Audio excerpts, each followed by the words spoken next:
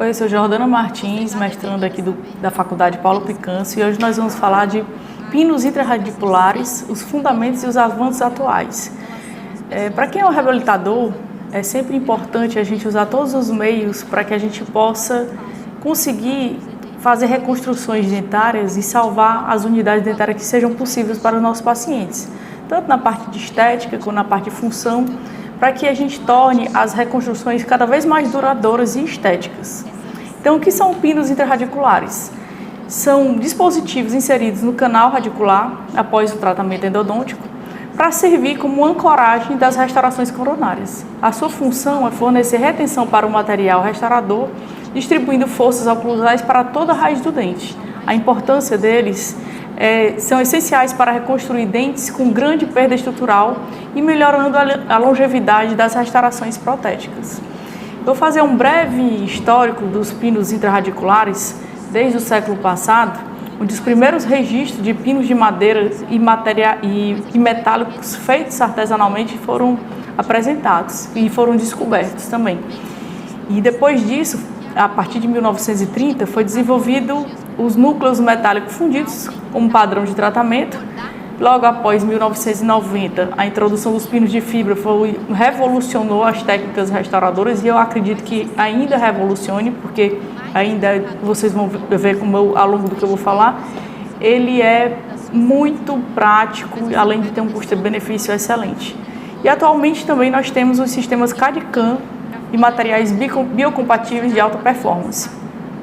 Então, o primeiro registro de pinos intrarradiculares foi em 1728, onde houve a utilização de um pino de madeira em um canal radicular para obter retenção em futuras coroas de espiga.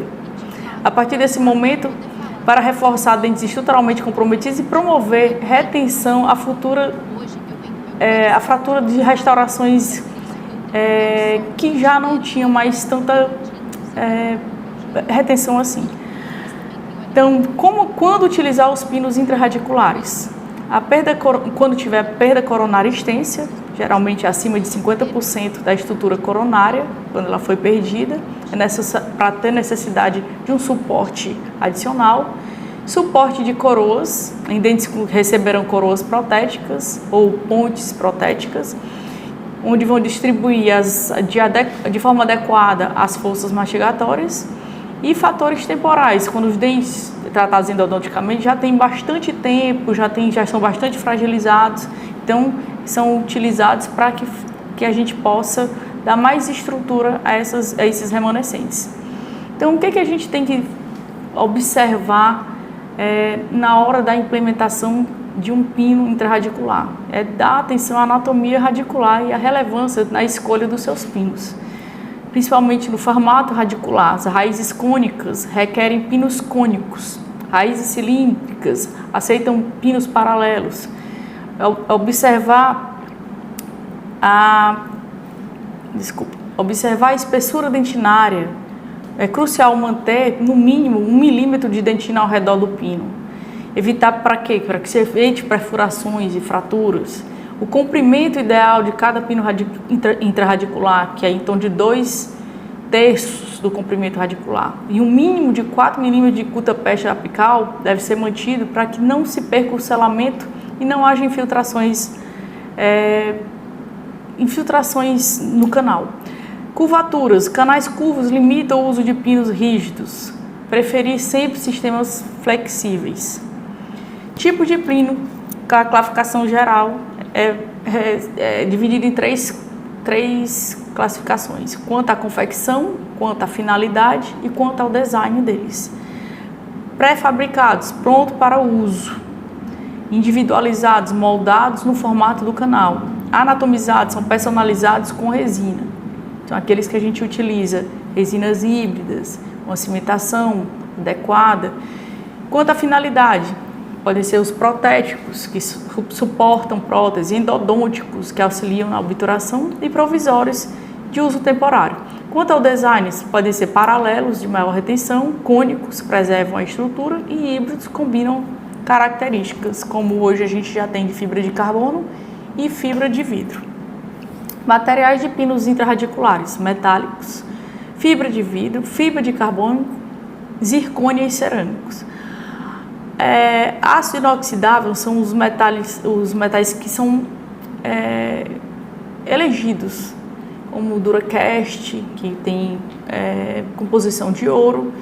A diferença deles é que eles têm alta resistividade e potencial para corrosão. O fibra de vidro são os mais estéticos, são estéticos e flexíveis. O módulo de elasticidade dele é muito similar ao dentina. Eles são adesivados à estrutura. Os fibras de carbono têm alta resistividade à fadiga, são excelentes para a eleição de dentes posteriores, que vão receber bastante carga mastigatória, mas tem a cor escura que limita o uso estético, mas também tem ótima biocompatibilidade. Os cerâmicos, que são de zircônia e porcelana, são excelentes na estética, mas também tem maior rigidez e pode causar fraturas radiculares, sem também falar que em questão de custo-benefício são os mais caros do mercado.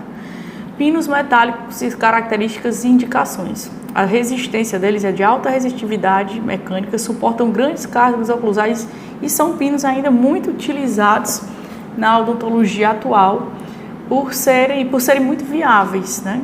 E por terem um custo-benefício excelente. Eles são excelentes também na indicação de molares de grande instituição, em situações de elevado estresse oclusal, mas tem a desvantagem de ter o potencial corrosivo, o risco elevado de fratura radicular e problemas estéticos. A classificação dos retentores intrarradiculares, como eu falei, o material, né, a forma deles, a técnica de confecção. Os materiais eu falei para vocês que é dos metálicos, fibra de vidro, zircônia e fibra de carbono. É a forma, conicidade e paralelismo. Os pinos de formato cônico, a gente tem o White Post System, que apresenta dupla conicidade para melhorar a adaptação no conduto radicular. O paralelismo, pinos de formato cilíndrico que podem ser mais fáceis de inserir, mas podem exigir mais desgaste na estrutura dentária. A técnica de confecção, os pré-fabricados com os pinos de fibra de vidro, que são moldados industrialmente, e também tem os pré-fabricados para provisório, oferecem consistência e qualidade controladas, mas também tem que ser elegidos corretamente para a sua indicação correta. Personalizados, feitos sob medida pelo profissional, geralmente utilizado sistema CAD/CAM ou impressão 3D, permitindo uma adaptação precisa ao conduto radicular. Então, é muito bom a gente perceber quais são os tipos de cimentação que são utilizadas, geralmente fosfato de zinco, ionômero de vidro, cimento resinoso dual e resinoso adesivo. Eu não vou entrar em detalhe quais seriam as melhores indicações e melhores marcas, nem o tipo de cada um, como é que cada um funciona, porque a gente vai focar mais nos pinos intrarradiculares em si. E então a técnica de utilização dos pinos. A técnica de utilização deles envolve várias etapas. Primeiramente, preparação do conduto intrarradicular, utilizando brócolis específica para criar espaço adequado para o pino, respeitando a anatomia do conduto. Então a gente vai remover todo o material carioso, vai ter uma consciência de como é que funciona como é que está essa anatomia desse conduto, fazendo radiografias prévias, às vezes até fotomográfica, e vai fazer a seleção do pino, escolhendo o pino que melhor se adapta ao conduto. E muitas vezes os profissionais utilizam a técnica que já tem mais familiaridade ou que já tem mais prática, considerando o tamanho e a forma dessa raiz. O tratamento da superfície do pino é aplicado um agente de silanização na superfície do pino para melhorar a adesão e o cimento resinoso. Também, claro, cada pessoa vai eleger a forma que vai utilizar a adesivação melhor para o seu pino. Cimentação, aplica-se o cimento resinoso no conduto ou no pino e seguindo para a fotopolimerização. Como eu falei, dependendo de cada tipo de pino elegido. Pode ser também no caso de metais, onde você escolhe fosfato de zinco, ou pino de fibra de vidro, em que você utiliza, pode fazer a modelação, né, a anatomização com resina híbrida. Pinos de fibra de vidro, as vantagens e limitações. Então, vou focar um pouquinho agora no pino de fibra de vidro, porque ele é um dos mais buscados hoje em dia no mercado, nas práticas, por ser de fácil acesso, de ter um custo-benefício bom para o paciente, para o profissional. Então, as vantagens: o comportamento biodinâmico é similar ao da dentina, ele reduz risco de fratura radicular, excelente estética em restaurações anteriores e tem a possibilidade de cimentação adesiva. As limitações: menor resistência que pinos metálicos, sensibilidade à técnica de cimentação, risco de deslocamento em canais muito amplos e degradação hidrolítica ao longo prazo. Os fibras de fibra e carbono e outras alternativas. Então, hoje a gente já vê no mercado os híbridos, os pinos que já combinam fibra de carbono e fibra de vidro juntos, buscando unir a resistência e a estética de um produto e outro. Então, os pinos de fibra de carbono, eles oferecem excelente resistência à fadiga, são ideais para dentes de alto estresse funcional, especialmente também em casos de a gente ter paciente bruxista. Então, outro caso é pinos de cerâmica e zircônia. Eu quis dar um foco nessa parte deles, porque eles são os que têm maior biocompatibilidade. A taxa deles de biocompatibilidade é quase 100%, 99,1% em relação aos demais. Eles têm 3 vezes mais rigidez do que os outros pinos do mercado, comparando a dentina e apresentando rigidez 3 vezes maior. Mas ainda são 10%, representam participação de apenas 10% no mercado, porque eu acredito, e pelo que se vê nas pesquisas, que tem a ver com o custo-benefício dele. Critérios para a seleção do pino adequado: avaliação do remanescente, determinar a quantidade de espessura dental disponível, respeitar aquele 1 milímetro de dentina mínima, respeitar a quantidade de curta-peste que se deixa na região apical para que se mantenha o selamento do tratamento endodôntico, considerações anatômicas, análise de comprimento, diâmetro, formato do canal, forças oclusais, avaliar a carga mastigatória, hábitos parafuncionais e requisitos estéticos, região anterior versus posterior. Anterior você vai eleger qual, se é mais estético, se é menos estético. Posterior, se é mais resistente, se é menos resistente, se o paciente é bruxista. Então, todas essas considerações. Que a gente também tem que dar importância ao módulo de elasticidade dos pinos, que é uma propriedade mecânica que indica a rigidez de um material. Para os pinos intrarradiculares, é crucial que o módulo de elasticidade seja semelhante ao da dentina para evitar fraturas radiculares. O módulo de elasticidade da dentina é de aproximadamente 18,3 GPa.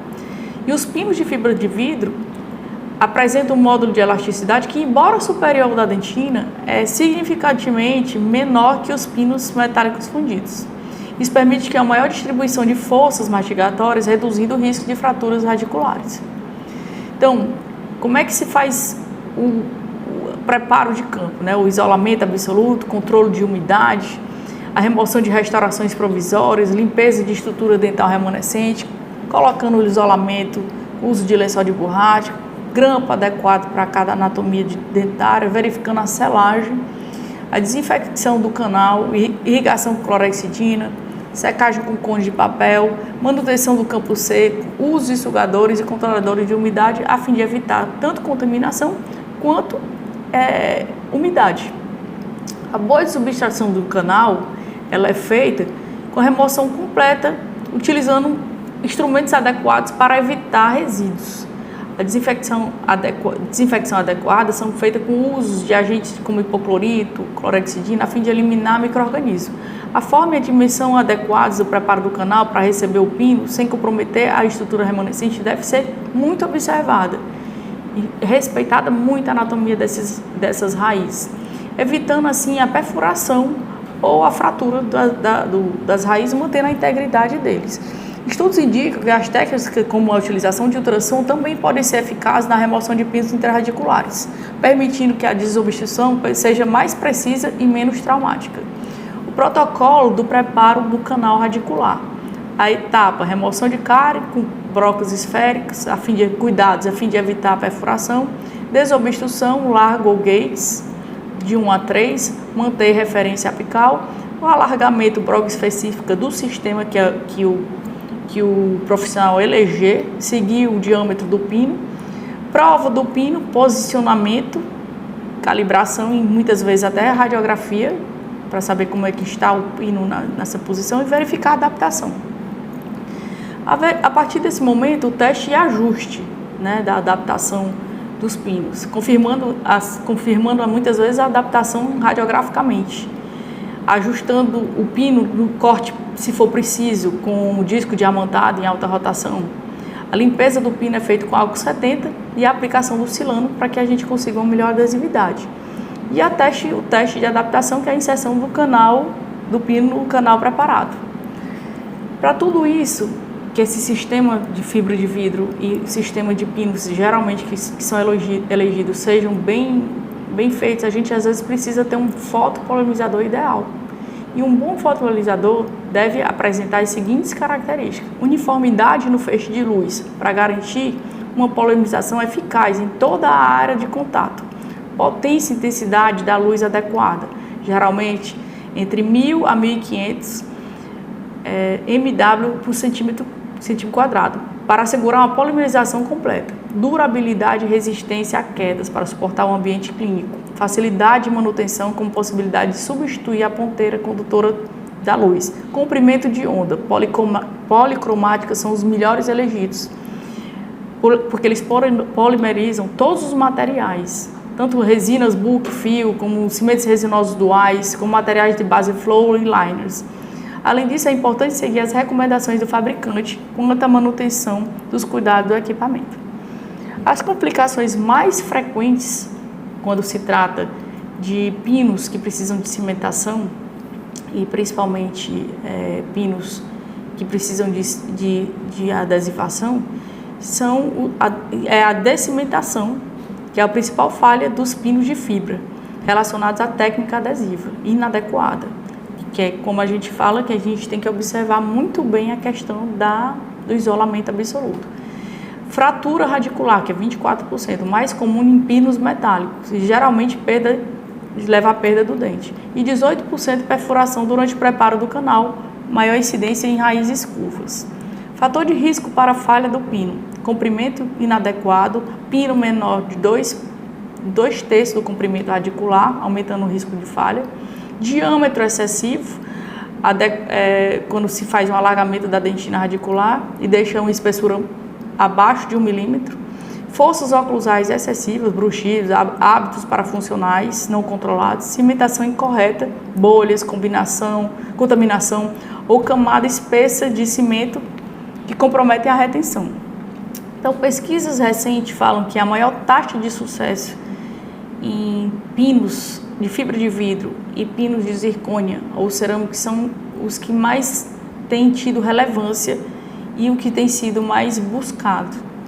Os avanços tecnológicos e as impressões 3D mostram que a gente pode ter pinos muito bem adaptados e que possam copiar a anatomia do dente da forma como a gente imagina que ele vai complementar muito bem essa parte do dente na reconstrução dentária.